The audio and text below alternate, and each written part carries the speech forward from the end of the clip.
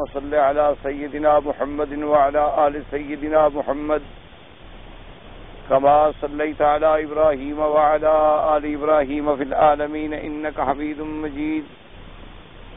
قال الله تبارك وتعالى في كلامه المجيد: أعوذ بالله من الشيطان الرجيم، بسم الله الرحمن الرحيم. سبح اسم ربك الأعلى الذي خلق فسوى والذي قدر فهدى والذي أخرج المرعى فجعله غثاء أحوى سنقرئك فلا تنسى إلا ما شاء الله إنه يعلم الجهر وما يخفى ونيسرك لليسرى فذكر إن نفعت الذكرى سيذكر من يخشى ويتجنبها الأشقى الذي يصلى النار الكبرى ثم لا يموت فيها ولا يحيا. قال المؤلف والمفسر رحمه الله تعالى: أدام النفع بعلومه وعلومكم في الدارين آمين، إلى أن قال: وقوله تبارك وتعالى الذي خلق فسوى، أي خلق الخليقة وسوى كل مخلوق في أحسن الحیات. اب مفسر رحمۃ اللہ علیہ سورۃ الاعلیٰ کی ان آیات مبارکہ کی تفسیر میں ارشاد فرماتی ہیں کہ الذی خلق فسوى، اس کا مفسر نے ترجمہ فرمایا کہ وہ ذات پاک جس نے پیدا کیا مخلوق کو اور ہر مخلوق کو بہترین حیت میں پیدا کیا جس کی وہ مستحق اور لائق تھی. خداوند قدوس نے جتنی مخلوقات بنائی ہے اس کو اس کے ٹھیک ایسے پورے کمال سے بنایا ہے کہ تمام دنیا کی عقول بھی اگر اکٹھی کر لیں تو کسی چیز میں نقص نہیں نکال سکتے. کیا معنی؟ انسان کو بنایا، اس کو اپنی قامت عطا فرمائی، ایک حیت عطا فرمائی، ایک شکل عطا فرمائی. اسی طریقے سے جنات بنائے، ملائکہ بنائے، اسی طریقے سے تمام حیوانات اور تمام حشرات اور تمام طیور اور تمام چیزیں جو ہیں، ہر چیز اپنے اپنے ایک ایسے یعنی حیت کے مطابق بنائی گئی ہے کہ جس کو دیکھنے کے بعد بے ساختہ آدمی کہتا ہے فتبارک اللہ احسن الخالقین. وقوله تبارک وتعالی والذی قدر فہدی، قال مجاہد هدى الانسان للشقاوة والسعادة وهدى الانعام لمراتعها. وهذه الآية كقوله تبارك وتعالى إخبار موسى عليه السلام أنه قال لفرعون ربنا الذي أعطى كل شيء خلقه ثم هدى، أي قدر قدرا وهدى الخلائق إليه، كما ثبت في صحيح مسلم عن عبد الله بن عمرو أن رسول الله صلى الله عليه وسلم قال إن الله قدر مقادير الخلائق قبل أن يخلق السماوات والأرض ب50,000 سنة وكان عرشه على الماء. اب اس آیت مبارک میں اللہ نے فرمایا الذی قدر فہدی، یعنی جس پروردگار عالم نے یا تو تقدیر کا فیصلہ فرمایا اور ہدایت کی، یا یہ ہوتا ہے کہ اندازہ کیا اور ٹھیک ٹھیک اندازہ کیا کہ ہر چیز جو ہے ایک انداز کے مطابق ہے. پھر اللہ تبارک و تعالی نے انسان کو ہدایت دی، شقاوت کی بھی اور سعادت کی بھی، کہ یہ طریق جو ہے سعادت کا ہے اور یہ طریق جو ہے شقاوت کا ہے، یہ طریق جو ہے رحمان کا ہے اور یہ طریق جو ہے شیطان کا ہے. اور اسی طرح اللہ نے تمام جانوروں کو سمجھا دیا اور ہدایت دی اور عقل دل مراتع کہ تم نے کیا کیا چارہ چرنا ہے اور کس کس چارے کو تم نے نہیں کھانا. تو یہ تمام تعلیم جو ہے اللہ تبارک و تعالی نے عطا فرمائی. جیسے کہ دوسری آیت مبارک میں ہے کہ موسیٰ علیہ السلام نے بھی فرعون کو یہی جواب دیا تھا جب اس نے پوچھا تھا من ربکم یا موسیٰ، تم اپنے رب کی کیفیت بیان کرو، تعریف بیان کرو.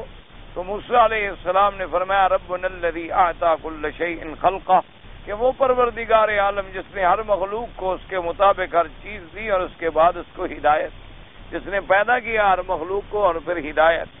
اے قدر نے کا تقدیر کا معین فیصلہ فرما دیا، فہد الخلائق الیہ، اور مخلوق کو اس کی طرف ہدایت کر کے سمجھ بھی عطا فرما دی۔ جیسے کہ ایک حدیث مبارک میں جو صحیح مسلم کی حدیث ہے، عبداللہ ابن عمر سے روایت ہے کہ ہمارے آقا حضور پاک نے فرمایا ان اللہ قدر مقادیر الخلائق، اللہ تبارک و تعالی نے تمام مخلوقات کی تقدیر جو ہے اور اس کے انداز جو ہیں اس کا فیصلہ فرما دیا تھا آسمانوں اور زمینوں کے پیدا کرنے سے بھی 50,000 سال پہلے، اور اللہ تبارک و تعالی کا عرش جو ہے وہ پانی پہ۔ تو اس حدیث پاک میں بھی یہ آیا کہ ہر چیز کو اللہ نے پیدا فرمایا اور ہر چیز کا اللہ نے مقدر میں ایک فیصلہ فرمایا اور مخلوقات کو اس کی ہدایت عطا فرمائی۔ بہرحال اس کے ساتھ ایک بات یہ ہمیشہ ذہن میں رکھا کرے کہ بہت سارے لوگ جو ہیں اللہ تبارک و تعالی معاف فرمائے وہ اس دھوکے میں مبتلا ہو جاتے ہیں کہ بھئی جب ہر چیز تقدیر فیصلہ کر چکی ہے تو پھر ہمارا گناہ کیا ہے اور پھر سزا اور جزا کیا ہے، کہ ہر چیز تو تقدیر نے ایک فیصلہ کر دیا اور اللہ کا فیصلہ جو ہے وہ کبھی بدلتا بھی نہیں۔ اگر اللہ کی تقدیر میں یہ لکھا ہے مثلا کہ فلاں آدمی نے زنا کرنا ہے، چوری کرنی ہے، شراب پینا ہے، برائی کرنی ہے، اور فلاں آدمی نے بھلائی کرنی ہے، نماز پڑھنی ہے، تہجد پڑھنی ہے، ہدایت پہ چلنا ہے، تو کہتے ہیں کہ جی پھر ہمارے لیے تو مشکل ہے، اللہ کی تقدیر تو بدل سکتی نہیں۔ تو اللہ کا لکھا ہوا جو ہے وہ ہر شکل میں پورا ہوگا، اور جب وہ ہر شکل میں پورا ہوگا تو پھر ہمیں سمجھ نہیں آتا کہ اس کے بعد ہمارے لیے سزا اور جزا کیوں ہو۔ تو دراصل یہ انسان کو بعض آیات مبارکہ کے سمجھنے میں ذرا غلط فہمی ہوئی، دھوکہ لگا، ورنہ بات کو یہ سمجھیں کہ اللہ تبارک و تعالی نے ہر انسان کو ایک اختیار بھی عطا فرمایا۔ اگر انسان کو اختیار کی قوت ہی نہ دی ہو تو پھر تو سزا اور جزا کا فلسفہ ہی ختم ہو جائے۔ لیکن لکھنے کا معنی کیا ہے، یوں سمجھیں کہ مخلوق ابھی پیدا بھی نہیں ہو، اللہ نے مخلوق کو پیدا فرمانا ہے، پیدا ہونے سے پہلے اس کے علم میں ہے مثلاً کہ میں نے 1 کروڑ آدمی پیدا فرمانا، اور 1 کروڑ آدمیوں میں ہر آدمی کے اندر یہ اوصاف اور یہ صلاحیتیں اور یہ طاقتیں ہوں۔ کیونکہ اللہ کے علم میں تھی یہ بات، اس لیے اللہ نے سب کچھ پہلے جو تھا لکھ دیا۔ اب یہ تو نہیں ہے کہ اللہ تبارک و تعالیٰ کسی کو، جب وہ ایمان کے لیے جبر نہیں کرتے، لا اکراہ فی الدین، اللہ نے فرمایا کہ ہم زبردستی کا ایمان بھی قبول نہیں کرتے، یعنی کسی آدمی کو آپ ڈنڈا لے کے کھڑے ہو جائیں قتل کرتا ہوں اللہ کلمہ پڑھو، تو اکراہ نہیں ہے دین کے، آپ اس کو دین پیش کریں گے، آپ اس کو دلائل واضحہ پیش کریں گے، اور دلائل واضحہ کے بعد اگر نہیں مانتا ہے تو پھر اس کے مطابق اس کا فیصلہ ہوگا۔ تو اللہ نے فرمایا جب میں کسی کو دین کے لیے مجبور نہیں کرتا تو گناہ کے لیے کیسے مجبور کرتا ہوں؟ اس لیے ہمیشہ یہ سمجھا کریں کہ اللہ تبارک و تعالی، جیسے میں نے اس کی ایک آسان مثال سمجھانے کے لیے عرض کی تھی کہ جیسے مثلا ایک آدمی ایئر کنڈیشن بناتے ہیں اور ان میں لکھ دیتے ہیں کہ یہ کولنگ ہے اور یہ ہیٹ کے لیے ہے، یعنی ٹھنڈا بھی کرے گا اور گرم بھی کرے گا، اور وہاں بٹن لگائے ہوئے ہیں انہوں نے کہ یہاں رکھو گے تو ٹھنڈا ہوگا، اور اگر اس بٹن کو سرخ نشان پہ آپ یہاں کر دیں گے تو پھر یہ آپ کو ہیٹر کا کام دے گا۔ اب انہوں نے اس میں دونوں سسٹم لگا دیے ہیں، کولنگ سسٹم بھی لگا دیا ہے اور ہیٹ کا سسٹم بھی لگا دیا ہے۔ تو اب اگر کوئی آدمی مثلا گرمیوں کے زمانے میں ہیٹ والے بٹن کو ہیٹ پہ رکھ کے چلا دے اور پھر کہے کہ جناب وہ تو گرم ہوا آ رہی ہے آگ کی طرح، اور آپ اس کو کہیں گے بھئی یہ خدا کے بندے یہ کیا، اس نے کہا پھر اس نے لکھا کیوں ہے؟ تو اب نہ لکھنے والے کی کوئی غلطی ہے، نہ بنانے والے کی کوئی غلطی، استعمال کرنے والے کی غلطی۔ اللہ تبارک و تعالیٰ نے جو کچھ بھی ہمیں بنایا ہے بالکل خیر ہی خیر بنایا، اسی لیے پھر انبیاء بھیجے گئے، رسول بھیجے گئے، کتابیں اتاری گئیں، اور اللہ نے ہمیں آواز سے خمس عطا فرمائے، ہمیں عقل عطا فرمائی، ہمیں سوچنے سمجھنے کی قوتوں سے نوازا۔ اسی لیے اب دیکھتے ہیں نا کہیں آگ جل رہی ہو تو آپ فوراً چیخ پڑتے ہیں کہ بھئی خیال کرنا کہیں آگ میں تیرا پاؤں نہ پڑ جائے، کہیں کانٹا پڑا ہو آپ اس کے اوپر کبھی پاؤں نہیں رکھتے، کہیں گندگی پڑی ہو آپ اس کے اوپر کبھی پاؤں نہیں رکھتے، ہاں بھول کے چاہے پاؤں پڑ جائے، وہ تو بڑے بڑے عقل والے کا بھی پڑ سکتا ہے، بھول گیا یا اس نے دیکھا نہیں، ورنہ آپ کو نظر آ جائے آپ فوراً ناک میں بھی کان پہ ہاتھ رکھ لیں گے اور کپڑوں کو بھی اٹھا لیں گے اور کہیں گے یار بڑا گندا راستہ ہے، خیال کر کے نکلو، کہیں ایسا نہ ہو کہ جوتے کو لگ جائے اور پاؤں کو لگ جائے اور کپڑے کو لگ جائے۔ تو یہ جو آپ بچا رہے ہیں اور سنبھال رہے ہیں اور اچھے برے میں تمیز کر رہے ہیں، یہی تو وہ اختیار ہے جو اللہ نے آپ کو دیا ہے۔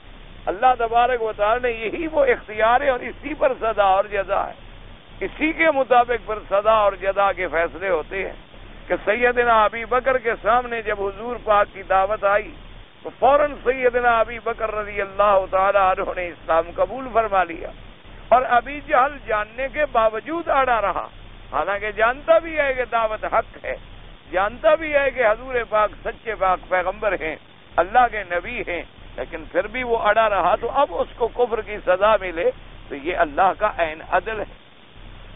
اب دیکھیں کہ فرعون ہے، باوجود اس کے کہ اللہ کے تو علم میں ہے کہ فرعون جو ہے وہ کافر ہے اور مسلمان نہیں ہوگا، لیکن اللہ نے اپنے پیغمبروں کو بھیجا، موسیٰ علیہ السلام کو بھیجا، ہارون علیہ السلام کو بھیجا، تاکہ اللہ کی سنت پوری ہو جائے اور حجت تمام ہو جائے کہ ہم نے آپ کے پاس پیغمبر بھیجے ہیں۔ اور پھر انہوں نے باقاعدہ اس کو معجزات دکھلائے، اور ان معجزات کا اس نے بچشم خود ملاحظہ کیا، لیکن پھر بھی اگر جھوٹ بولے کہ جب جادوگر ایمان لے آئے تو کہنے لگا انہ لکبیرکم الذی علمکم السحر، معلوم یہ ہوتا ہے تمہارا استاد ہے، یہ بڑا جادوگر ہے، اسی نے تمہیں جادو سکھلایا۔ اب حالانکہ دیکھو کتنا بڑا جھوٹ ہے، فرعون تو جانتا ہے کہ موسیٰ علیہ السلام تو میرا ملک چھوڑ کے چلے گئے، ابھی آئے ہیں، اس کے پاس تو پورا ریکارڈ ہے، اس کے پاس تو ایک ایک انچ کی خبر ہے کہ موسیٰ علیہ السلام تو میرے ملک میں آئے ہی نہیں ہیں، تو جب آپ کے ملک میں رہتے ہی نہیں ہیں تو ان کو کہاں سے سکھلایا ہے؟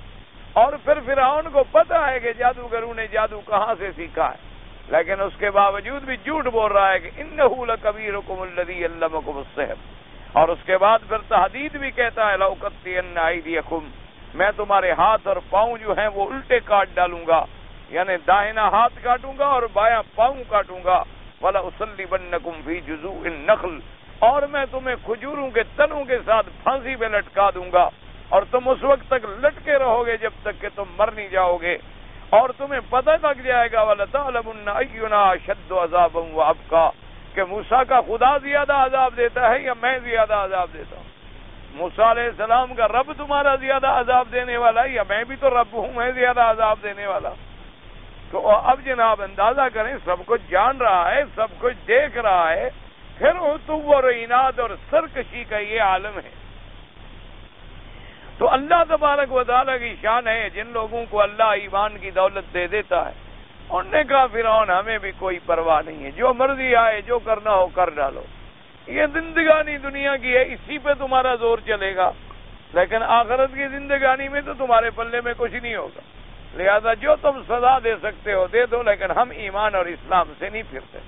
تو اب دیکھیں انہوں نے اسلام قبول کیا، لیکن وہ اپنی فرعونیت پہ، اپنے کبر پہ، تجبر پہ، عتو اور سرکشی پہ اڑا رہا، اور پھر 1 سال نہیں 20 سال کی مدت، 20 سال کی مدت میں اب اللہ نے عذاب بھیجا مکڑی کا۔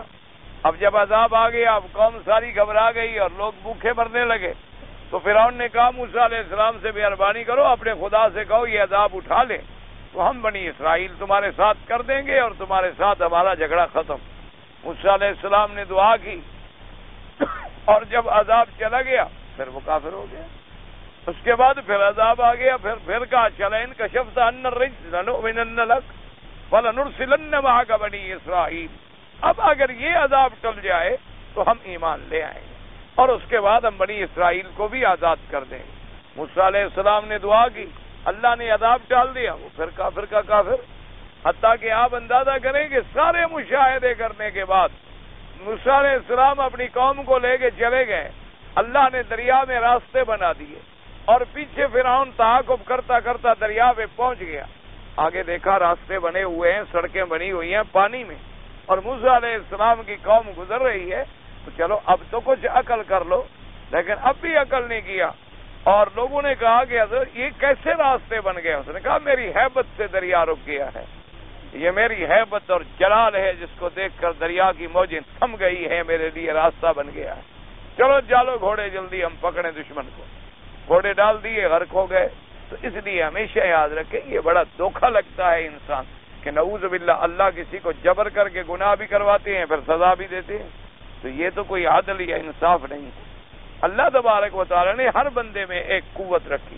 اب ہم چونکہ یہ کہہ دیتے ہیں اللہ زیر منشے کے بغیر ما تشاءون الا ان یشاء اللہ، اس لیے کہ وہ ہمارا اختیار بھی تو اسی کے تابع ہے، کیونکہ تمام اختیارات پھر اسی کے تابع ہو جاتے ہیں، یعنی وہ اگر چاہیں تو ہمارے اختیار کیا ہیں، ہمارے اختیار جو ہے سارے بے اختیار ہو جائیں، ہمارے کار سارے بیکار ہو جائیں، اور جو بیکار ہیں وہ سارے باکار ہو جائیں، یہ تو اس کی کمال قدرت ہے، ورنہ اس نے ہر بندے کو اچھائی اور برائی میں امتیاز کرنے کا اختیار دیا ہے۔ اب دیکھو اب رات ہے، کوئی اندھا بھی نہیں کہے گا کہ دن ہے، جب دن ہوتا ہے تو کوئی پاگل بھی نہیں کہتا کہ دن نہیں رات ہے۔ اب اسی طرح کبھی آپ نے آنکھ سے ناک کا کام لیا، کان کا کام لیا، کبھی آپ نے کہا ہے کہ چلو کانوں میں روئی رکھ لو اور آنکھوں سے کہو بھی دیکھو بھی تم اور سنو بھی تم، اور کبھی تم نے صرف جو ہے منہ کے بجائے اپنے ہاتھوں کو لیا ہے کہ بس روٹی میں ہاتھ مارتے رہو اور کہو آج کھا تم لو، آج میں منہ سے نہیں کھاتا، تو آخر منہ کا کام تو منہ سے لیتے ہو، ہاتھ کا کام ہاتھ سے لیتے ہو، خوشبو سونگھنی ہو تو کام ناک سے لیتے ہو، چلنا ہو تو پاؤں سے چلتے ہو، اور دیکھنا ہو تو آنکھیں استعمال کرتے ہو، سننے ہوں تو کان استعمال کرتے ہو۔ یہ تمہیں کس نے سمجھایا ہے؟ یہ اختیار تمہیں کس نے دیا ہے کہ ہر عضو کو اپنی اپنی جگہ پہ استعمال کر رہے ہو؟ کبھی تم نے زبان سے ہل چلانے کا کام نہیں لیا، بولنے کا کام ہی لیا، کبھی تم نے اپنے پاؤں سے جو ہے کھڑے ہونے کا کام ہی لیا ہے، کبھی پاؤں سے دیکھنے کا کام نہیں لیا، کبھی آپ نے ناک سے نہیں کہا کہ تم کان کا کام کرو اور کان سے کہا ہو کہ تم آج ناک کا کام کر لو۔ اس لیے ہر چیز اللہ نے ٹھیک ٹھیک اندازے سے بنائی ہے، اور پھر ہر چیز کو ہدایت بھی فرما دی ہے کہ بھئی یہ سعادت ہے اور یہ شقاوت ہے، اس کا بدلہ جنت ہے، اس کا بدلہ جہنم ہے۔ میرے انبیاء کی اطاعت کرو گے، میرے حکم پہ چلو گے تو پھر سعادت ہی سعادت ہے، نجات ہی نجات ہے، کامیابی ہی کامیابی۔ اور اگر میرے پیغمبروں کا انکار کرو گے، پیغمبروں کے حکم کی خلاف ورزی کرو گے، کفر اور شرک اختیار کرو گے، پھر دنیا میں بھی بربادی ہے، قبر میں بھی ہلاکت ہے اور آخرت میں بھی ہلاکت۔ تو اللہ نے سب کچھ ہمارے سامنے واضح کر دیا ہے، کسی کو کوئی حق نہیں پہنچتا کہ وہ پروردگار عالم پر اعتراض کرے۔ حتیٰ کہ آپ دیکھیں اگر آدمی کو عقل ہو، جو ایسے اعتراض کرتے ہیں، قیامت کے دن قرآن میں آتا ہے نا کہ لوگ شیطان کو پکڑیں گے جہنم میں کہ تو نے ہمیں برباد کر دیا، تو نے ہمیں مروا ڈالا، تو نے ہمیں جناب تباہ کیا اور ہمیں اپنے قید میں اور مکر میں اور وساوس میں جکڑ لیا، تو وہ کھڑا ہو جائے گا، وہ کہے گا کیا کہہ رہے ہو؟ ما کان لی علیکم من سلطان الا ان دعوتکم فاستجبتم لی فلا تلومونی ولوموا انفسکم۔ وہ کہے گا کہ کیا کہہ رہے ہو، میرا کوئی تمہارے اوپر اتنا قبضہ تھا کہ میں تمہیں گردن سے پکڑ کے گناہ کرواتا تھا؟ میں نے تمہیں گناہ کی دعوت دی، تم نے قبول کر لی، مزے تم کرتے رہے ہو، لانتے ملامتے مجھے کر رہے ہو آج۔ تو آج جیسے میں تمہیں برائی کی طرف بلاتا تھا تو انبیاء بھی تو تمہیں اچھائی کی طرف بلاتے تھے۔ میں اگر تمہیں برائی کی دعوت دیتا تھا تو حضرت محمد مصطفیٰ خاتم الانبیاء حبیب کبریا صلی اللہ علیہ وعلا آلہ واصحابہ وسلم تسلیما کثیرا کثیرا، انہوں نے تمہیں ہدایت کی طرف نہیں بلایا، مجھے کیوں ملامت کرتے ہو؟ لا تلومونی ولوموا انفسکم، تم آج اپنے نفسوں کو ملامت کرو کہ کار بد تو خود کرو اور لعنت کرو شیطان پر۔ میں نے تمہیں دعوت دی ہے، میں نے تمہیں صرف بلایا ہے، میں نے تمہیں برائی کا راستہ دکھلایا ہے، تو 1,24,000 پیغمبر نے تمہیں بھلائی کا بھی تو راستہ دکھلایا ہے، تو تم نے ان کا کہنا نہ مانا اور میرا کہنا مان لیا، تو پھر یہ کہنا ماننا تمہارے ذمہ تھا، تم نے مان لیا تو پھر سزا بھی بھگتو۔ اس لیے فرمایا کہ اللہ نے تو 50,000 سال پہلے، اچھا وہ 50,000 سال پہلے کیسے ہوں گے جب آسمان بھی نہیں تھا، زمینیں بھی نہیں تھی؟ تو مانا یہ ہوتا ہے کہ جیسے اب تمہارے سامنے سال ہیں، اگر انہی کا اندازہ لگاؤ تو اتنی مدت پہلے اللہ تبارک و تعالیٰ نے تمام مخلوق کی تقدیر بھی لکھ دی، اور پروردگار عالم کا عرض جو تھا وہ پانی پہ۔ قوله تبارک و تعالی والذی اخرج المرعى اے من جمیع صنوف النباتات والزروع، وہ ذات پاک ہے جس نے نکالا چراگاہ، ہر قسم کی سبزیاں بھی اسی میں آ گئیں، ہر قسم کی چارہ بھی اسی میں آ گیا، ہر قسم کا گندم اسی لفظ میں آ گئے۔ فرمایا وجعلہ غثاء احوا، قال ابن عباس رضی اللہ تعالی عنہ حشیما متغیرا، اور پھر اس کو اللہ تبارک و تعالی جو ہے بدل دیتی ہیں، رنگ تبدیل ہو جاتی ہیں، آخر میں سیاہ چورا ہو جاتا ہے۔ وعن مجاہد وقتادہ وابن زید نحوه وقال ابن جرير وكان بعض اهل العلم بكلام العرب يرى ان ذلك من المؤخر الذي معناه هو التقديم، وان معنى الكلام والذي يخرج المرء احوى اغلى الى السواد فجعله غصاء بعد ذلك. ثم قال ابن جرير وهذا وان كان محتملا الا انه غير صواب لمخالفته اقوال اهل التاويل. اب ابن جریر نے اس آیت پہ لکھا ہے کہ بعض کلام عرب کے جاننے والے یہ کہتی ہیں کہ یہاں کلام مقدم مؤخر ہے، اصل میں یہ تھا اخرج المرا، جس نے نکالا سبزیوں کو، احوا، پھر وہ سبزیاں جو تھیں اس کے بعد زمین سے جب وہ باہر آئیں سرخ ہوئیں، پھر سبز ہوئیں، پھر سواد کی سیاہی کی طرف مائل ہوئیں، فَجَعَلَهُ غُصَاءً بَعْدَ ذَلِكَ، اس کے بعد پھر اللہ پاک نے ان کو چورا چورا کر دیا. یعنی یہاں تو غصہ پہلے ہے اور احوا بعد میں ہے. انہوں نے کہا کہ نہیں، احوا پہلے ہے اور غصہ بعد میں، کیونکہ غصہ کا معنی تو ہے چورا اور کوڑا، سیاہ کوڑا کر دینا. تو انہوں نے کہا کہ پہلے جو ہے اس میں تغیرات آتے ہیں، سبزی پیدا ہوتی ہے کمزور سی، پھر وہ سبز ہوتی ہے، سرخ ہوتی ہے، پھر سیاہی کی طرف مائل ہوتی ہے، آخر جب گل جاتی ہے، سڑ جاتی ہے، سیاہ ہوتے ہوتے سیاہ کوڑا بن جاتی. ابن جریر نے یہ قول نقل کرنے کے بعد انہوں نے کہا کہ کلام عرب کے محاورات میں تقدیم تاخیر ہوتی ہے، لیکن بہرحال اس آیت میں زیادہ بہتر نہیں سمجھتا، کیونکہ مفسرین کرام نے جتنے ترجمے بیان کیے ہیں اس میں انہوں نے تقدیم تاخیر کا ذکر نہیں فرمایا، بلکہ انہوں نے ترجمہ اسی طرح فرمایا ہے کہ وہ ذات پاک جس نے نکالا سبزیوں کو اور پھر ان کو سیاہ کوڑا کر دیا. اس لیے جب انہوں نے تقدیم اور تاخیر کا اشارہ نہیں فرمایا تو بلا وجہ ہم کلام عرب کے محاورات کو سامنے رکھیں، کیونکہ تمام کلام عرب جو ہے وہ قرآن کے تابع ہے، تمام دنیا کے قواعد جو ہیں وہ اللہ کے کلام کے تابع ہے. اللہ کا کلام تو کسی انسان کے تابع نہیں ہو سکتا. قولہ تبارک و تعالی سنقرئک یا محمد صلی اللہ علیہ وسلم، یعنی خطاب ہے میرے آقا حضرت محمد مصطفیٰ، سنقرئک ای یا محمد فلا تنسا، وهذا اخبار من اللہ تعالی ووعد من له بانه سيقرئه قراءة لا ينساها. اللہ نے فرمایا میرا مدنی صلی اللہ علیہ وسلم ہم آپ کو پڑھا دیں گے، یعنی قرآن پاک اور وحی، فلا تنسا، آپ نہیں بھولیں گے. یہ اللہ کی طرف سے خبر بھی ہے اور اللہ کی طرف سے اپنے پیارے نبی کے ساتھ وعدہ بھی ہے کہ میرے مدنی ہم جو آپ کو پڑھائیں گے وہ پھر آپ کو نہیں بھولے گا. ایسا پڑھانا پڑھا دیں گے کہ پھر کبھی نہیں بھولے گا. ہاں الا ما شاء اللہ، واضح اختیار ابن جریر. وقال قتادہ کان رسول اللہ لا ينسى شيئا الا ما شاء اللہ، حضرت قتادہ نے لکھا کہ حضور صلی اللہ علیہ وسلم نہیں بھولتے تھے کوئی چیز مگر اگر اللہ چاہے، اللہ چاہے تو بھلا دے. الا ما شاء اللہ. وقیل المراد بقول فلا تنسى طلب وجعلوا من استثناء هذا ما يقع من النسخ اي لا تزامن الا ما شاء الله رفع بلا عليك ان تتركه. اب دو ترجمے ہو گئے، یاد رکھیں. ایک ترجمہ تو یہ ہے کہ اس بات کو ہم یعنی علی العموم لے لیں.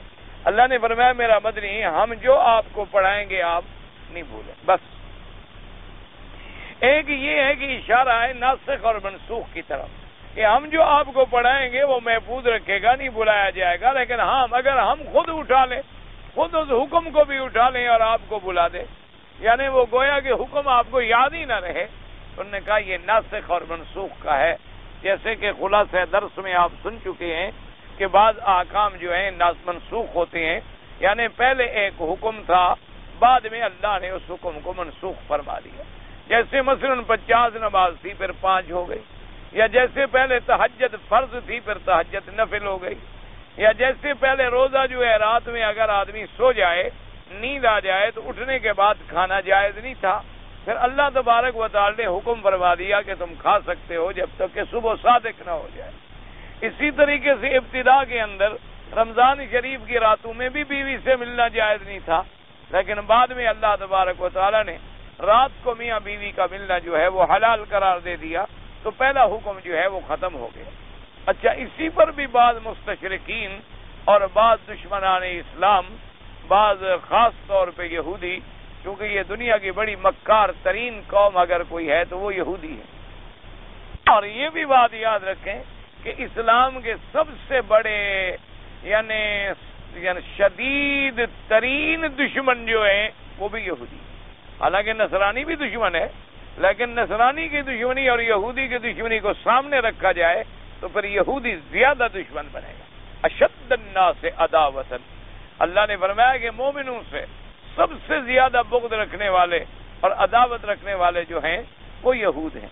اور فرمایا نصرانی جو ہیں یہ ہیں قریب مسلمانوں کے، یعنی مسلمان اگر کوشش کریں تو ان کے اندر ایمان کا اثر کر جانا جو ہے وہ اتنا مشکل نہیں ہے، لیکن یہ یہود جو ہیں یہ تو بے بہبود ہیں۔ اور اسی طرح یہود اور علی وزن یہود ہنود سے مراد ہندو، یہ بھی بالکل ایک ہی تھیلی سے نکلے ہوئے ہیں دونوں۔ اللہ تبارک و تعالی ان کے فتنوں سے مسلمانوں کو اور عالم اسلام کو محفوظ رکھے۔ تو یہ بڑے دشمن ہیں، تو انہوں نے بھی کبھی کبھی ایسے اعتراضات کتابوں میں لکھے ہیں اور نوجوان ذہن کو الجھایا ہے کہ بھئی اللہ پاک نے ایک حکم بھیجا پھر اس کو منسوخ کر دیا۔ انہوں نے کہا جی آرڈر تو وہ منسوخ کیا جاتا ہے جب آرڈر کرنے والے کو پتہ نہ ہو کہ بھئی کل کو یہ آرڈر کامیاب ہوگا یا نہیں ہوگا۔ ایک طرف تو آپ کہتی ہیں کہ اللہ علام الغیوب ہے، اس سے کوئی چیز چھپی ہوئی نہیں ہے، اور دوسری طرف آپ کہتی ہیں کہ یہ پہلے زمانے میں آرڈر تھا اور اب اللہ نے اس کو ختم کر دیا ہے۔ تو یہ کیسے بات ہوئی؟ یہ تو دو باتیں ہو گئی۔ تو حالانکہ یہ جہالت ہے اور یہ بغض ہے اور یہ دشمنی ہے، اور آدمی کا مطالعہ دین کی طرف نہ ہو تو وہ پریشان ہو جاتا ہے، حالانکہ پریشانی کی کوئی بات نہیں۔ اس کی مثال یوں سمجھیں کہ آپ ایک ڈاکٹر کے پاس جاتے ہیں، وہ آپ کے لیے ایک نسخہ تجویز کرتا اور اس نسخے سے کہتا ہے بھی یہ گولیاں آپ نے 4 کھانی، اور پھر آپ جاتے ہیں 5 دن کے بعد وہ کہتا ہے جی اب یہ 4 نہیں کھانی بلکہ اب ان کو 2 کر دو، تو آپ کھاتے۔ پھر وہ جاتے ہیں 5 دن، وہ کہتے ہیں جی اب ان کو چھوڑ دو، ان کے بجائے اب یہ گولی کھاؤ، تو آپ کہتے ہیں جی مجھے تو بڑا فائدہ دے رہی تھی وہ ٹھیک ہے میرے لیے حضرت، آپ کیوں بدل رہے ہیں؟ وہ کہتے ہیں میں ڈاکٹر ہوں، آپ ڈاکٹر ہیں۔ تو ایک ڈاکٹر جو علم پڑھا ہوا ہے اس کو زیادہ پتا ہے کہ مریض کس وقت تک وہ گولی کھائے گا اور کس کے بعد اس کو ہم نے، تو اللہ کے تو سب علم میں ہے، انہوں نے بھی اپنا کوئی حکم منسوخ فرمایا تو اس کے اندر حکمتیں ہیں کہ اس کے بندوں کے لیے جو چیز جس وقت تک زیادہ ضرورت تھی وہی رکھی، اور جب اس کو بدلنا چاہا تو بدل دیا، اس کے بدلنے میں بھی حکمتیں ہیں۔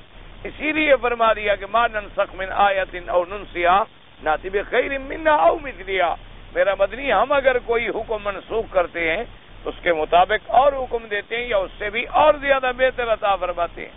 اس لیے اللہ کے احکام پر اعتراض کرنا جو ہے یہ سراپا جہالت ہے۔ حالانکہ اب آپ دیکھیں خدا کی شان ہے، جب اسلام آیا، دین اسلام آیا، قرآن اترا، میرے مدنی پاک سرکار مدینہ نے اللہ کے کروڑوں صلاۃ والسلام ہوں میرے آقا پر، آپ نے سب سے پہلے نبوت کا اعلان کیا تو آپ نماز کس طرف پڑھتے تھے؟ ہاں جی، بیت المقدس کی طرف۔ پھر حضور مدینے پاک چلے گا، مدینے کی زندگی میں حکم آیا نا کہ اب کعبہ جو ہے آپ کا بیت المقدس نہیں بلکہ اچھا اب دیکھیں اللہ چاہتے تو مکے میں بھی کعبہ یہی بنا دیتے، حالانکہ اس وقت کفار اور مشرکین سے مقابلہ تھا۔ اچھا اس کعبے کے تو کفار اور مشرکین بھی احترام کرتے تھے، اگر حضور بھی اس کی احترام کرتے، حالانکہ حضور اس کعبے کے بنانے میں شریک ہوئے، جب مشرکین مکہ کعبہ بنا رہے تھے تو میرے آقا نے بھی پتھر اٹھائے ہیں اپنے کندھوں پر اور کعبے بنانے کی عمارت میں شریک ہوئے، لیکن اللہ نے وہ حکم مکے میں نہیں کیا، مدینے پاک میں، اور وہ بھی 17 مہینے کے بعد، تاکہ کوئی یہ نہ سمجھے کہ ہم نے کعبہ اس لیے بدلا ہے کہ مشرکین خوش ہو جائیں، ہم ان کو راضی کرنے کے لیے اپنے آرڈر میں لچک کر رہے ہیں، نہیں۔ حالانکہ اسلام غالب آ گیا، اسلام مدینے میں پھیل گیا، پھر جا کے حکم آیا کہ جی اب آپ کی درخواست منظور ہے، کعبہ اس طرف کر لو، ورنہ کعبہ بیت المقدس بھی میرا ہے اور کعبۃ اللہ بھی میرا ہے۔ اور یہ بھی فرما دیا کہ لیس البر ان تولوا وجوہکم قبل المشرق والمغرب، فرمایا میرا مدنی مشرق کی طرف یا مغرب کی طرف منہ پھیرنا تو کوئی نیکی نہیں، اصل نیکی تو یہ ہے کہ میرا حکم جدھر ہو ادھر پھر جاؤ، اصل تو میرے حکم اور طاعت کی بات ہے، ورنہ مسلمان کسی مشرق یا مغرب کو تو سلام نہیں کرتا، کسی شمال اور جنوب کو تو سلام نہیں کرتا، وہ یہ سمجھتا ہے کہ مشرق بھی اسی کا ہے اور مغرب بھی اسی کا ہے. جب تک حکم ہے تو ہر حکم میں ایک حکمت ہوتی.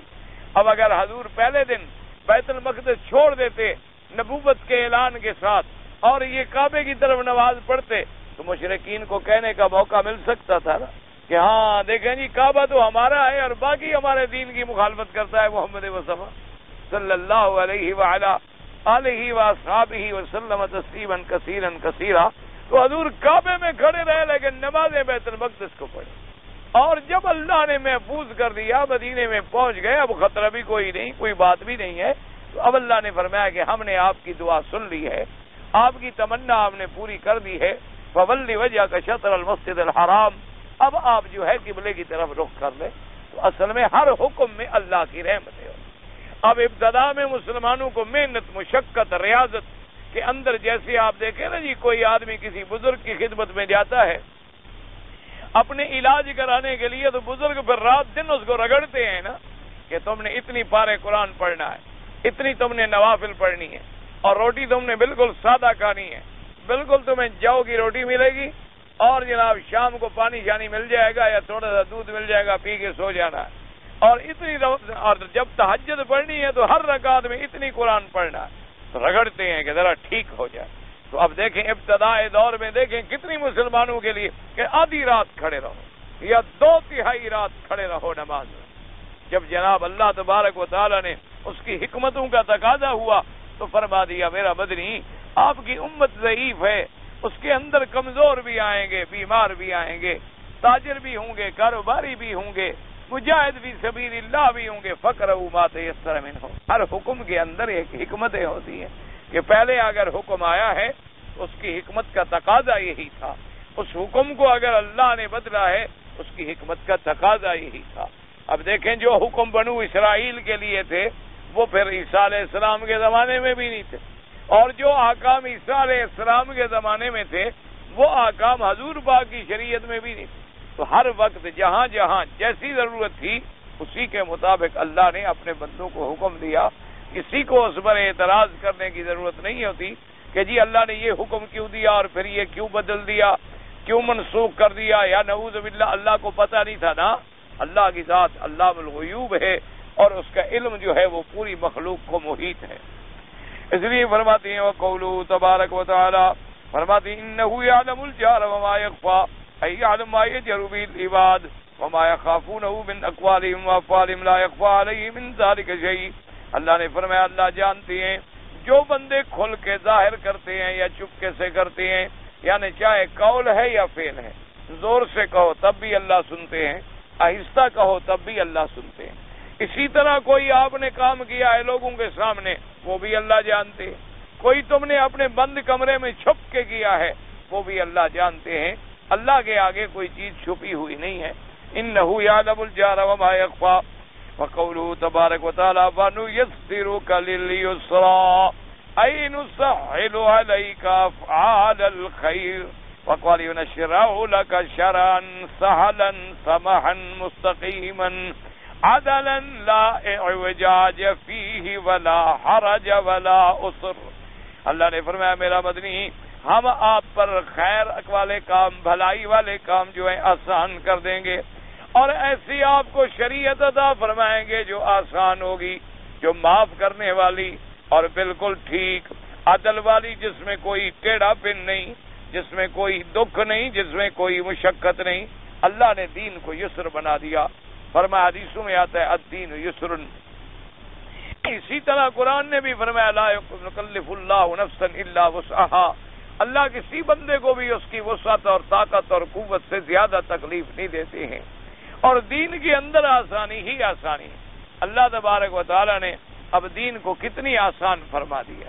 یعنی آپ اندازہ کریں اگر کوئی آدمی شریعت پہ عمل کرے تو ہر کام میں کسی ایک کام کی آپ مثال لے لو.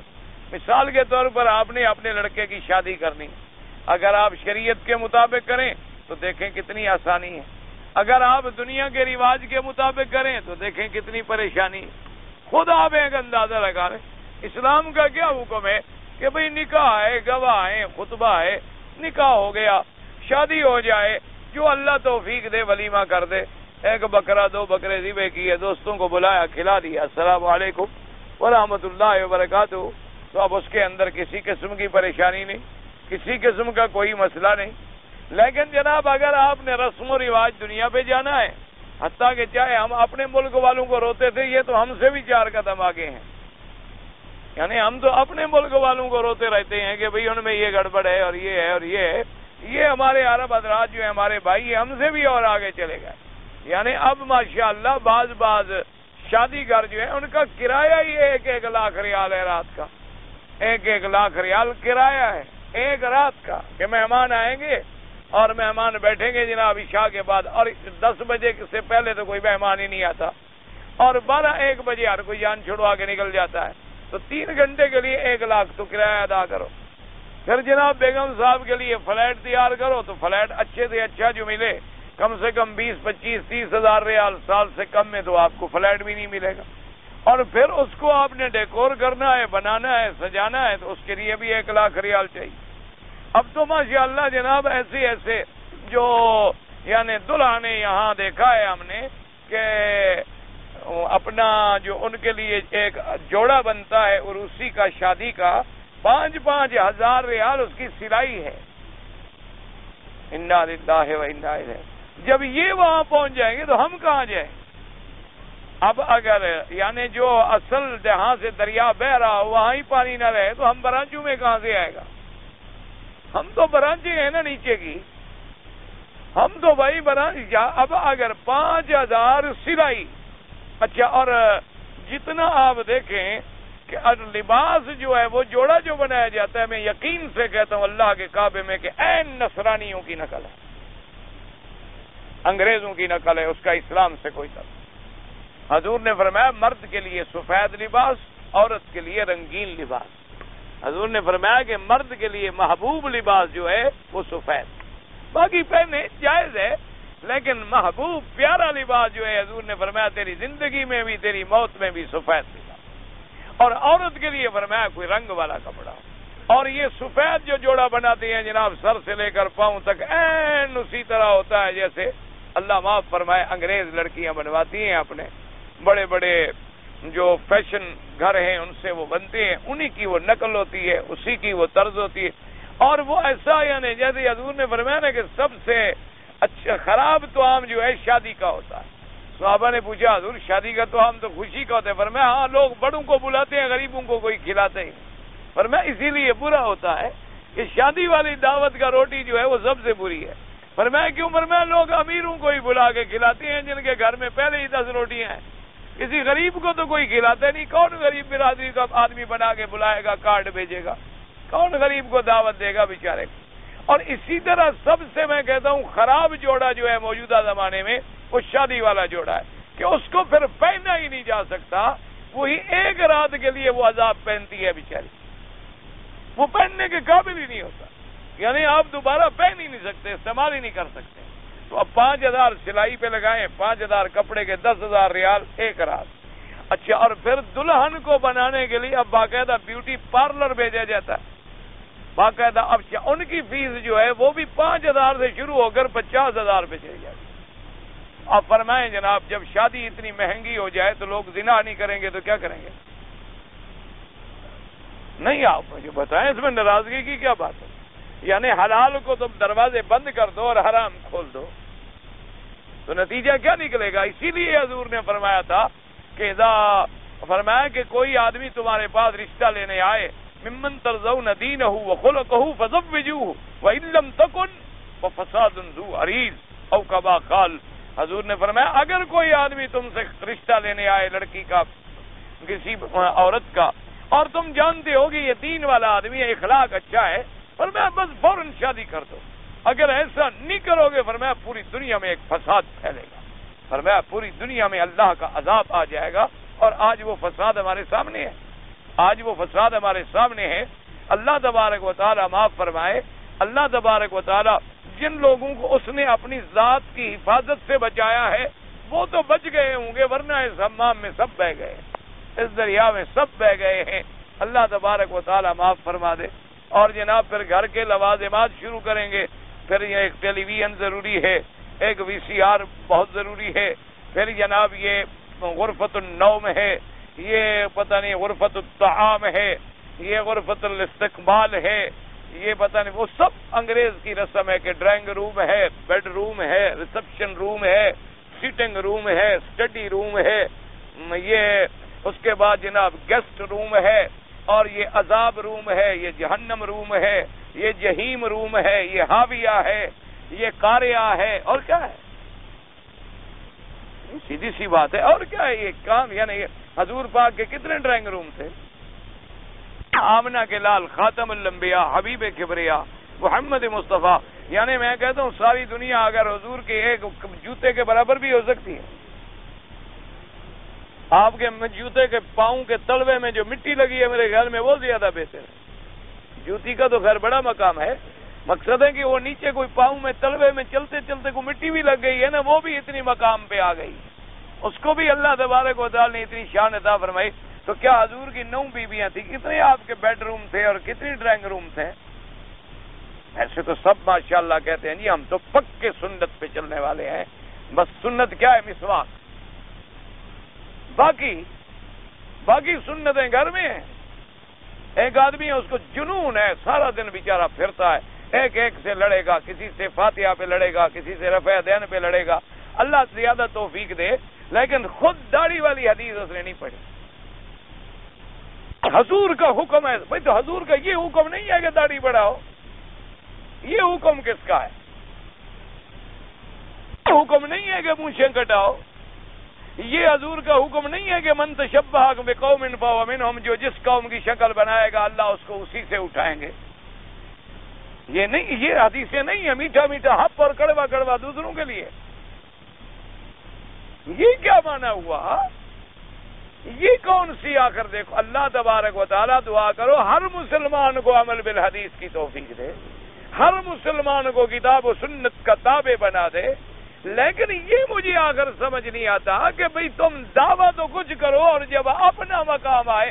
ایک میرے بڑے قریبی دوست، میں ویسے بڑی کوشش کرتا ہوں، میں انتہائی گندا آدمی ہوں، دعا کریں اللہ اچھا کر دے، میں کوشش کرتا ہوں کہ کسی شادی وادی کے چکر میں دعوتوں میں نہ جاؤں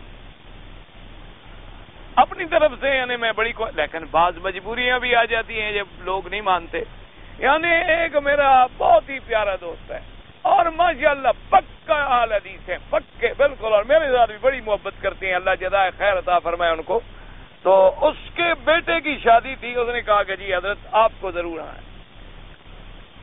میں نے کہا یار گزارش یہ ہے مجھے معاف کر دو۔ تو اس نے کہا کہ جی میں بہرحال میرے بیٹے کی خوشی کا معاملہ ہے، دعوت ہے، میں معاف نہیں کر سکتا، بہرحال آپ نہ آئیں زبردستی تو آپ کی مرضی ہے، اور آپ کو بہرحال آنا ہوگا، اور دعوت ولیمہ جو ہے قبول کرنا بھی سنت ہے۔ میں نے کہا جی ٹھیک ہے، یعنی میں یقین سے کہتا ہوں اس کے کھانے پہ کچھ بھی نہیں خرچ ہوگا تو 1 لاکھ ریال سے اوپر ہوگا۔ تو میں نے کہا یہ بھی عمل حدیث پر ہوا ہے؟ دعوت کے وقت تمہیں بڑی حدیث یاد تھی، اور یہ جو آپ نے اسراف کیا ہے 1 لاکھ ریال اگر آپ اٹھا کے مجاہدین کشمیر کو دے دیتے، مجاہدین افغانستان کو دے دیتے، وہ اسلام کا نعرہ بلند کرتے، اسلام کے لیے قربانیاں دیتے اور اسلام کی تاریخ کو زندہ کر دیتے۔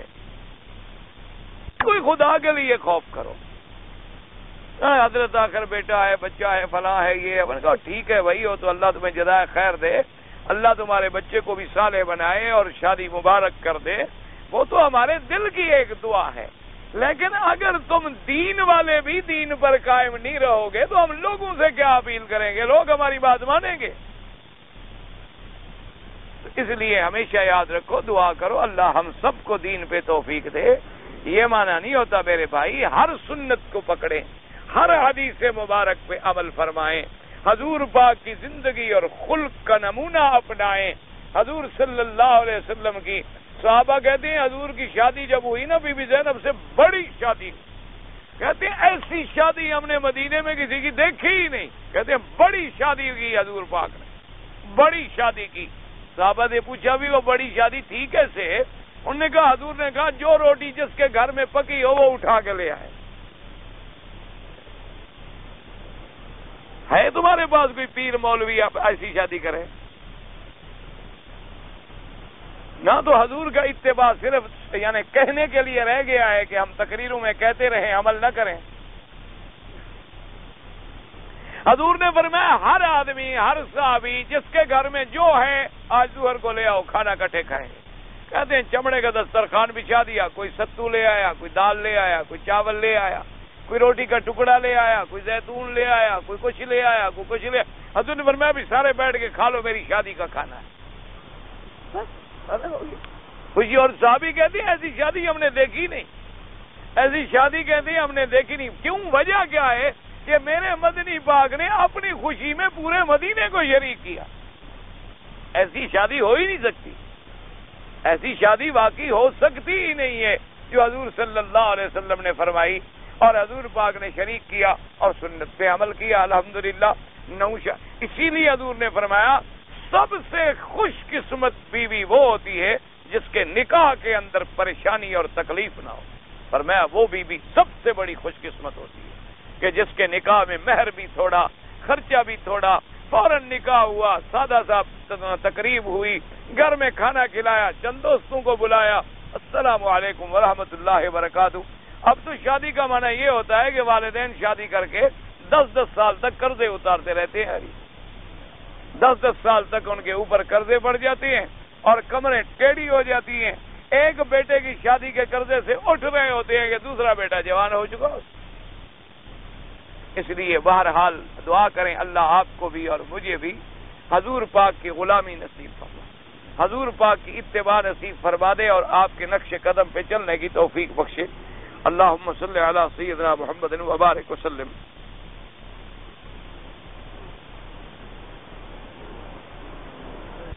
کہتے ہیں جی ایک آدمی ایک کمپنی میں اکاؤنٹنٹ ہے, تو بہرحال اس کو کمپنی کے کاموں کے اندر کبھی ڈرافٹ بنانے ہوتے ہیں, سودی کام کرنے ہوتے ہیں, اور بینکوں سے لین دین ہوتا ہے.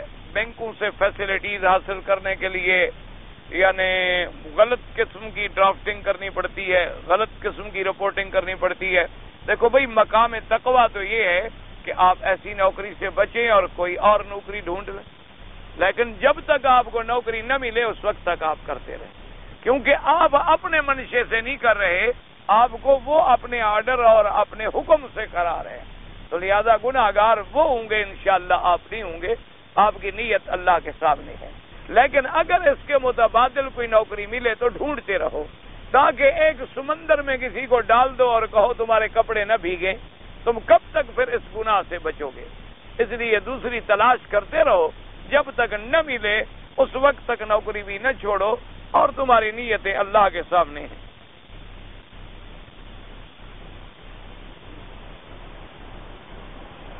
کہتے ہیں جی کہ لاکھ کے برتن, کدو کے برتن, لکڑی کے روغنی برتن, رال کے برتن, یہ کیا ہیں؟ بھائی ان میں پہلے زمانے میں شراب بنائی جاتی تھی. یعنی یہ کدو ہے نا, اندر سے خالی کر لیا اور اس میں شراب رکھتے تھے. اور بعض برتن ایسے ہوتے تھے جیسے کھجور کی لکڑی ہو موٹی, اس کو اندر سے یوں خالی کر لیں اور ایک برتن بنا لیں. اس کو حضور نے منع فرما دیا تھا تاکہ لوگ شراب سے بھی نفرت کریں اور جن برتنوں میں شراب بنتی ہے ان سے بھی نفرت کریں.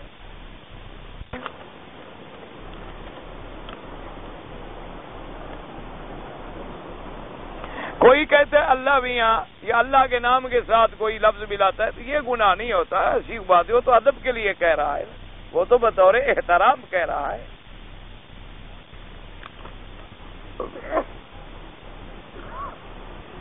ہم نے طواف زیارت 12 تاریخ کو عشاء کی نماز کے بعد کیا. امام ابو حنیفہ رحمۃ اللہ علیہ کے نزدیک 12 کی تاریخ کو جب مغرب ہو جائے تو اس کے بعد طواف تو ہو سکتا ہے, لیکن ایک بکری دم دینی پڑتی ہے. اور باقی ائمہ اور اہل حدیث حضرات کے نزدیک 13 تک بھی طواف ہو سکتا ہے. تو بہرحال آپ کا جو مسلک ہو اس پہ عمل فرما لیں.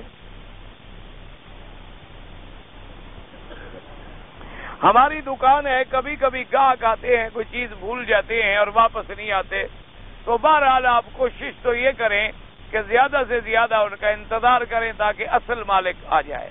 اور اگر بالکل اصل مالک کے آنے کی امید نہ ہو تو کسی غریب کو خیرات کر دیں, اس نیت سے کہ اللہ ان کو بھی ثواب عطا فرمائے, تم اپنے کام میں نہ لے آؤ.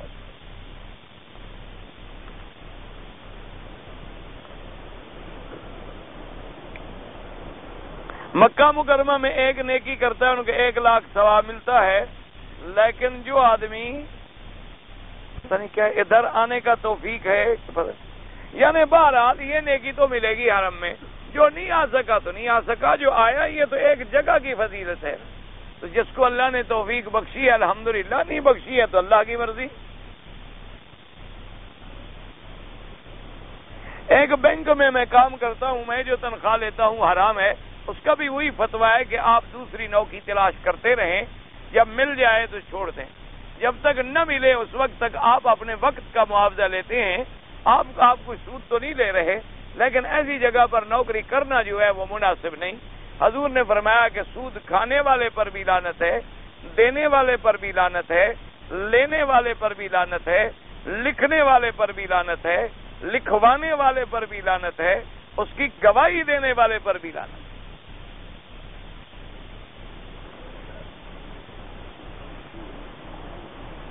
جی ہم کچھ دوست اکٹھے رہتے ہیں تو ہمارے لوگ جو ہیں وہ گانے شانے سنتے رہتے ہیں، میں ان کو منع تو کرتا ہوں لیکن نہیں مانتے، بہرحال وہ برائی نہیں چھوڑتے تو آپ اچھائی کیوں چھوڑیں، آپ منع ضرور کرتے رہیں، آپ کوشش کرتے رہیں اور لگے رہیں، کبھی اللہ تبارک و تعالیٰ آپ کی زبان میں اثر پیدا فرما دیں گے، اور جب آپ کو یہ یقین ہو جائے کہ وہ نہیں مانتے، اب میرے بھی ڈوبنے کا خطرہ ہے تو علیحدہ ہو جائے۔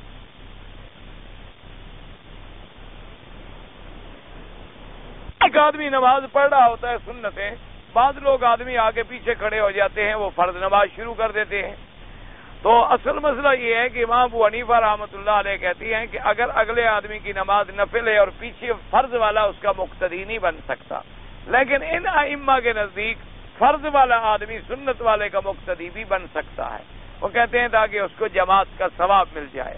امام صاحب فرماتے ہیں کہ جب مقتدی قوی ہو جائے اور امام کمزور ہو جائے، کیونکہ مقتدی امام جو تھا وہ تو نفل پڑھ رہا تھا اور پیچھے جو پڑھا تو فرض پڑھ رہا ہے، اس لیے بہرحال یہ ایک اختلافی مسئلہ ہے، دونوں کے پاس دلائل ہیں، اللہ دونوں پہ رحمت فرمائے، جو پڑھتے ہیں ان کو بھی آپ نہ روکا کریں، اور اگر آپ حنفی مسلک پر ہیں تو آپ نہ پڑھا کریں۔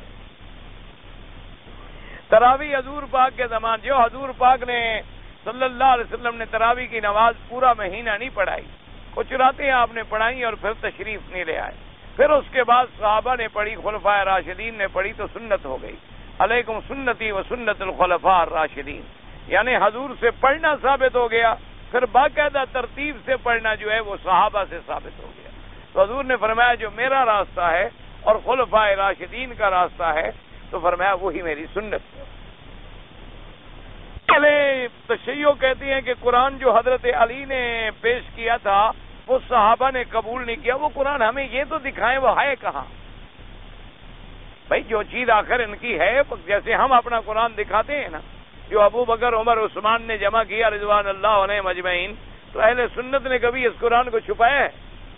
اگر ان کے پاس بھی کوئی حضرت علی کا قرآن ہے تو دکھا دیں تاکہ فیصلہ تو کریں کہ وہ ان سے ملتا ہے یا علیحدہ ہے۔ یہ ایسی جھوٹی باتیں ہیں، اس کا کوئی علاج ہی نہیں ہے۔ ایک مولوی صاحب کہتے ہیں کہ حضرت آدم علیہ السلام نے حضور کا واسطہ دیا تھا، بھی حضور آدم علیہ السلام کے وقت پیدا ہی نہیں ہوئے، حضور صلی اللہ علیہ وسلم تو حضرت عیسیٰ علیہ السلام کے بعد پیدا ہوئے ہیں، وہ بھی 600 سال بعد۔ یہ جو لوگ کہتے ہیں یہ محض ایک ضعیف روایت کا سہارا لیتے ہیں، اور ضعیف روایتوں سے کبھی عقیدہ ثابت نہیں ہوتا۔ کہتے ہیں کہ انہوں نے اپنے انگوٹھے بھی چومے تھے، تو آدم علیہ السلام کے زمانے میں تو بہن اور بھائی کا نکاح بھی جائز تھا، تو اب بھی کر دو گے؟ ان کے زمانے میں تو ایک بہن کا نکاح دوسرے بھائی سے جائز تھا، تو کیا اب تم کرو گے نکاح بہن بھائی کا؟ تو یہ پہلے تو روایت ہی نہیں ہے کہ آدم علیہ السلام نے انگوٹھے چومے۔ اگر بفرض محال کوئی ایسی بات بھی ہو تو آدم کی شریعت علیحدہ اور محمد مدنی کی شریعت علیحدہ۔ ہم نے حضور کا کلمہ پڑھا ہے، آدم کا کلمہ تو نہیں پڑھا۔ ہمیں حضور پاک نے انگوٹھے چومنے کا حکم نہیں دیا، ہمیں حکم دیا ہے کہ جب میرا نام آئے تو مجھ پہ درود پڑھو، اللہم صلی علی محمد وعلی آل محمد کما صلیت علی ابراہیم وعلی آل ابراہیم انک حمید مجید۔ حرم میں ایک پڑھتا عشاء کی اذان کی تکبیر ہوئی تو بچہ وضو کے لیے چلا گیا، واپس آیا تو اس نے اسے مارا، جائز کیوں مارا پتہ نہیں مجھے سمجھ آئی، بہرحال مارنا تو بچوں کو ویسے بھی نہیں چاہیے، یہ جو استاد مارتے ہیں ان کو بھی اللہ ہدایت عطا فرمائے۔ اتنے بعض ایسے ماشاءاللہ سختی کرتے ہیں کہ بچے پڑھنا بھی چھوڑ دیتے ہیں۔ اللہ تبارک و تعالیٰ انہیں بھی ہدایت دے اور بچوں کو بھی حیا دے کہ اپنے استادوں کا ادب کریں۔ یہ اللہ کو واسطہ دیں کہ اللہ کعبے کا واسطہ، اللہ خود جب کہتا ہے کہ مجھے فدعونی، مجھے سیدھا پکارو، پھر کیا مطلب ہوا؟ واسطہ تو اس کو دیا جائے جو نہ سنے۔ اب کا ایک آدمی خود کام کر دے تو کبھی آپ سفارشی لے جاتے ہیں؟ سفارشی لے جانے کا معنی ہے کہ آپ کی بات نہیں مان رہا۔ تو اللہ تو فرماتے ہیں اذا سألک عبادی انی فانی قریب، میں تمہاری شاہ رگ سے بھی نیڑے ہوں، مجھے بلاؤ تو صحیح۔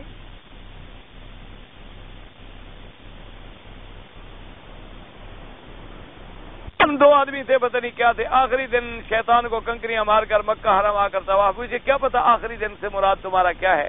اگر 12 کو تم نے طواف کر دیا ٹھیک ہے، بس ختم ہو گئی بات۔ عورت عمرے سے فارغ ہونے کے بعد چھوٹے اتنے سے بال کٹائے، سارے اکٹھے کر کے آخر میں، یہ جو عورتیں ادھر سے پکڑ لیتی ہیں، یوں پکڑ لیتی ہیں، یہ ناجائز ہے۔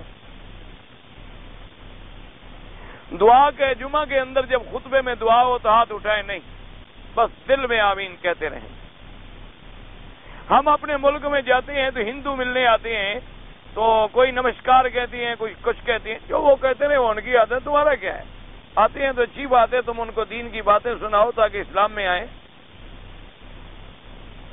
ایک حاجی ہم سے 50 ریال کا سامان خریدا لیکن بھول کے 500 ریال دیا گیا، واپس نہیں آیا۔ ہاں تو 450 ریال جو ہے وہ غریبوں کو دے دو، اللہ اس کو بھی ثواب دیں گے، تمہیں بھی ثواب دیں گے۔ اب ہم جب نماز پڑھتے ہیں تو وسوسہ آتا ہے، پھر بار بار ہم نیت کرتے ہیں وسوسے کو چھوڑو، وسوسے کا کوئی فکر، اللہ نے جب معاف کر دیا پھر وسوسے کرنے کی ضرورت ہی نہیں۔ صلاۃ التسبیح کے بارے میں صحیحین میں یہ حدیث نہیں ہے، ایک ضعیف حدیث میں روایت ہے، بہرحال اگر پڑھیں گے تو ایک ضعیف روایت ہے، صحیحین کی روایت میں موجود نہیں۔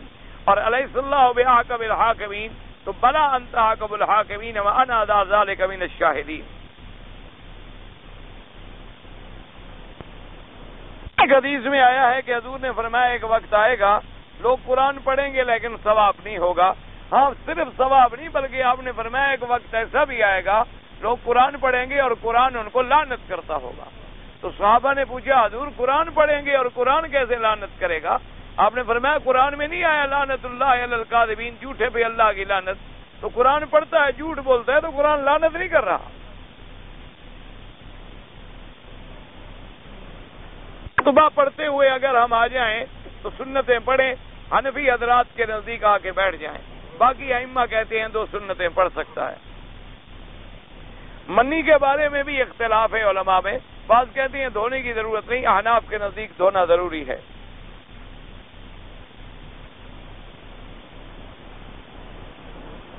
ایک صاحب بتا رہے ہیں خدا کی معرفت تک رسائی حاصل کرنے کے لیے شیطان کا 13 یا 14 عقبات عبور کرنا پڑے گا۔ یہ پتہ نہیں بھائی قرآن حدیث کی بات تو نہیں ہے، یہ ان بزرگوں کی کوئی اپنے ہوں گے عقبات مقبات، ہمیں یہ آج تک سمجھ نہیں آئے۔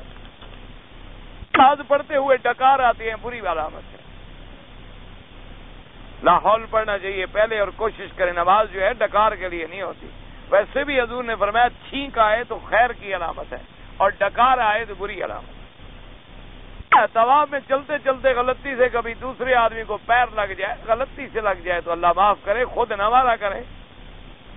اگر 4 رکعت نماز تھی، ہم نے 1 رکعت امام کے ساتھ پڑھی اور 3 رکعت بعد میں ہم نے پوری کی، لیکن اس میں غلطی ہو جائے تو سجدہ صاف کرنا پڑے گا، بالکل کرنا پڑے گا۔ بھائی کچھ واضح لکھا کرنا، میں چھوٹی چھوٹی چیزیں اوپر نیچے میں کیا کروں گا۔ غلاف کعبہ کا رنگ جو ہے کالا کیوں ہے؟ ہمارے گناہ جو کالے ہیں، تو ہمارے گناہوں کو چھپانے کے لیے اللہ نے ایسا رنگ رکھا ہے کہ سب رنگوں پہ غالب آ جائے، ورنہ غلاف کعبہ کا رنگ سفید بھی تھا، سرخ بھی تھا، سبز بھی تھا، سب کچھ تھا۔ ایک آدمی اگر اللہ نے ایک عالم کو دین دنیا کی نعمتیں بھی دی ہیں، پھر وہ اگر پڑھانے پر اجرت لے، پڑھانے پر اجرت لینا جائز ہے۔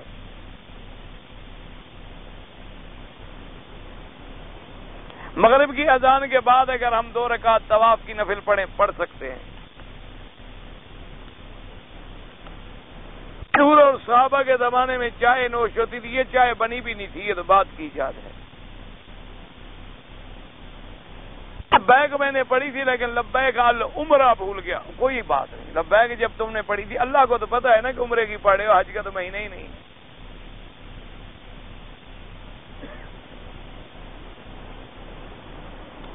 میرے ایک بھائی نے مجھ سے قرضہ لیا، دکان بنائی، لیکن میرا قرضہ ادا نہ کر سکا.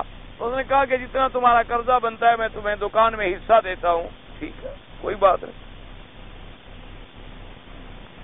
جواب میں کہتے ہیں السلام علیکم، السلام ورحمۃ اللہ. نہیں، جواب سنت کے مطابق یہ ہے وعلیکم السلام ورحمۃ اللہ.